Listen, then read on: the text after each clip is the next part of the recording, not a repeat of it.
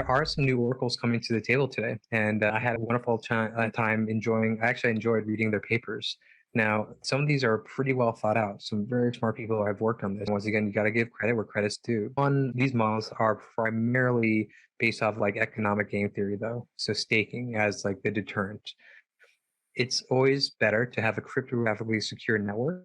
That's always the best. That leverages economic security through staking versus just having mostly a economic security guarantee, which these other two protocols both mostly rely on. As a consequence, what happens is there's a little bit of a relaxed sensation or feeling of maybe we're not as secure, but we have insurance. But the moment you do that, you do, as mentioned, you do tend to relax the security guarantees. But blockchains are composed of smart contracts. They compose with each other, they interact with each other.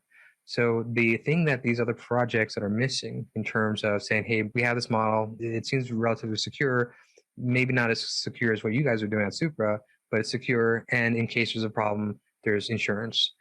The problem is with their insurance model is that it only pays out the first protocol that is engaging with the Oracle data.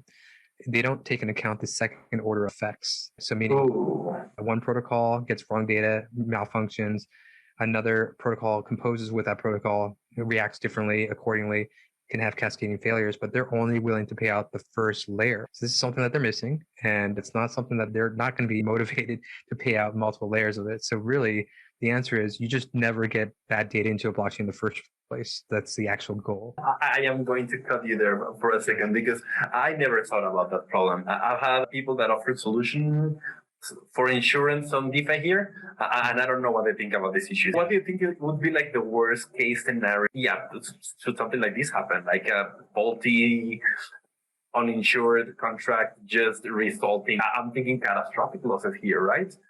Just due to composability and just like the lowest Lego block suddenly disappearing. That's the thing. It's hard to quantify that directly, but I know that in certain scenarios, especially if DeFi were to reach its maximum potential, putting bad data into a blockchain and having these smart contracts react to bad data can have cascading failures. And that could be pretty devastating. Like positions could be liquidated incorrectly, things like this. So really, you have to take the extremity of protecting the data that enters a blockchain in the first place. That's why, in my strong opinion, it's always better to create a network that is cryptographically guaranteed to be secure versus leveraging economic principles as the security model.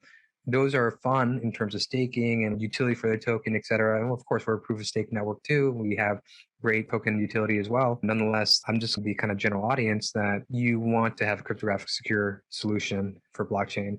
Otherwise, these, like I said, second order effects could be really hard to swallow in the future.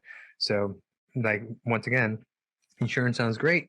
Sounds like, yeah, we'll handle like most edge cases through insurance, but that only handles the first layer, not all the other second order effects. So it's something that we all have to be aware of.